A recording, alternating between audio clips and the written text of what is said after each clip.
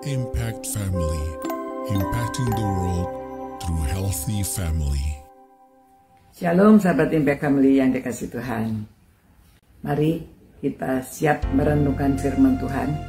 Kadang-kadang firman Tuhan itu ada yang menghibur kita, menenangkan kita, dan kita akan merasakan bahwa segala sesuatu baik-baik saja. Tapi kadang-kadang ada juga teguran, ajaran, ya, seperti pada Yesaya 8 ayat 20. Ayat ini mengatakan, carilah pengajaran dan kesaksian. Siapa yang tidak berbicara sesuai dengan perkataan itu, maka baginya tidak terbit fajar. Mereka akan lalu lalang di negeri itu, melarat dan lapar, dan apabila mereka lapar, mereka akan gusar dan akan mengutuk rajanya dan Allahnya. Mereka akan menengadah ke langit dan akan melihat ke bumi. Dan sesungguhnya hanya kesesakan dan kegelapan, kesuraman yang menghimpit. Dan mereka akan dibuang ke dalam kabut. Aduh, menakutkan ya ayat ini ya. Ayat ini memberitahu bahwa kita harus mencari pengajaran dan kesaksian, ya, supaya hari depan kita cerah. Nah, saudara, ini memang ayat-ayat ini backgroundnya atau konteksnya itu membicarakan tentang bangsa Israel yang kehidupannya karena mereka tidak belajar dari pengalaman mereka, ya, sehingga keadaan mereka suram. Nah, ini kita ambil kejadian sehari-hari. Kejadian sehari-hari seperti contohnya ada sepasang calon, ya. Jadi seorang prianya sudah dewasa, perempuannya ya masih agak jauh berbedanya. Dan karena laki-laki ini ingin, ya, masih sedang berkenalan. Jadi kadang-kadang diajak makan, pergi, pada suatu hari diajak belanja. Ya, kamu kepengen apa? Belanja. Nah, pada waktu belanja dia sudah memilih berapa barang, lalu dia memilih juga sebuah blazer, ya, apa itu, jaket gitu ya. Lalu dicoba.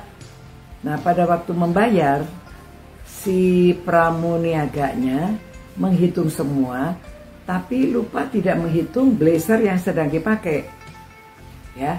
Maka pada waktu dia sudah menulis bonnya, sudah dibayar, lalu orang ini sedang keliling mau mencari yang lain, lalu si pramuniaga ini ingat, oh itu tadi blazernya belum dihitung, ya. Maka pada waktu mereka lewat, dia panggil, dipanggil ya, ibu, atau dia panggil mbak gitu. Maaf ya, tadi saya lupa, itu blazernya saya belum hitung di dalam bonnya. Jadi blazer yang saudara pakai itu belum dihitung. Oh, marah saudara, ini perempuannya itu marah. Dia bilang, itu salah kamu.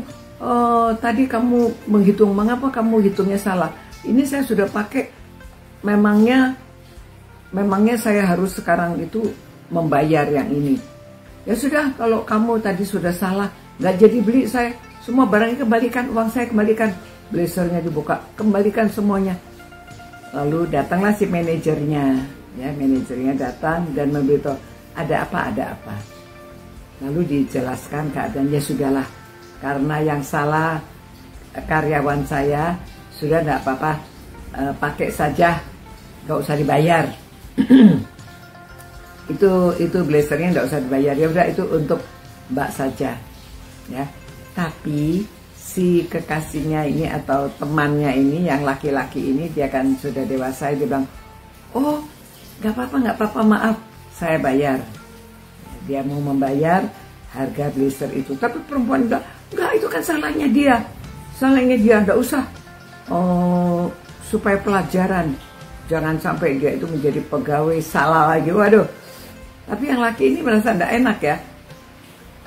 Tapi manajernya bilang sudah nggak apa-apa, sudah bawa saja, nanti saya yang menanggung, ya.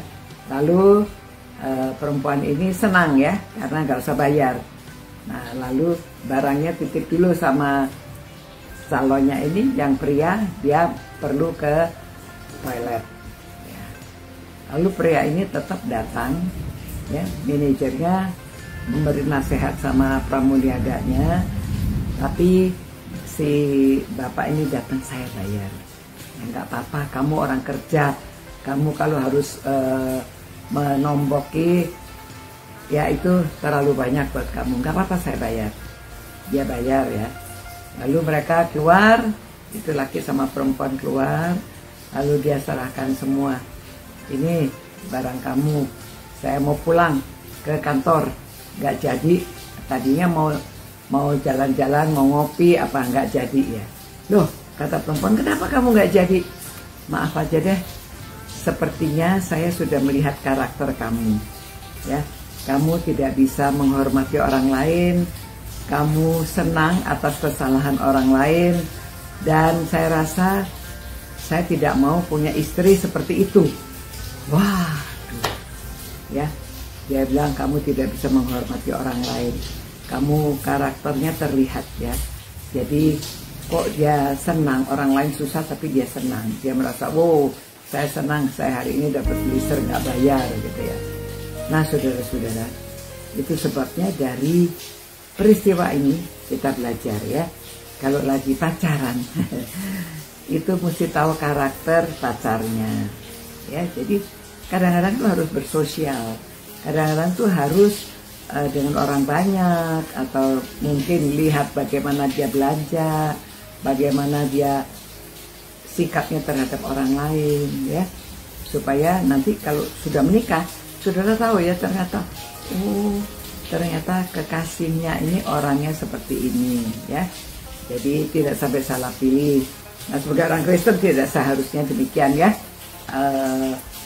mencari keuntungan dari kesalahan orang lain. Dan kita harus bisa menghormati orang lain, bisa memaafkan orang lain. Begitu saudara-saudara, ini yang kita renungkan, supaya kita tahu kalau kita tidak bisa mencari nasihat, pengajaran, dan kesaksian itu, kemudian harinya kita akan, hidup kita ke depannya akan suram, terhimpit katanya ya. Tuhan, terima kasih Tuhan, karena kami belajar banyak dari firman-Mu, supaya kami menjadi orang yang mengerti kehidupan ini, supaya kami belajar pengajaran dan juga kesaksian, supaya hidup kami lebih cerah di depan, dan Tuhan berkenan pada kami. Tuhan, sertailah semua orang yang merenungkan firman-Mu ini, biarlah kami dapat mengajarkan pada keluarga, kepada anak, kepada semua orang, bahwa kami harus menghormati orang lain, kami harus menghargai orang lain, dan bisa memaafkan orang yang bersalah, dan kami hidup berkenan kepada Tuhan. Demi nama Tuhan Yesus kami berdoa, amin. Saudara, demikian renungan malam hari ini.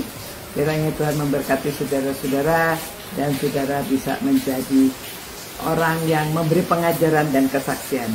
Sampai jumpa pula. Ciao. Impact Family, impacting the world through healthy family.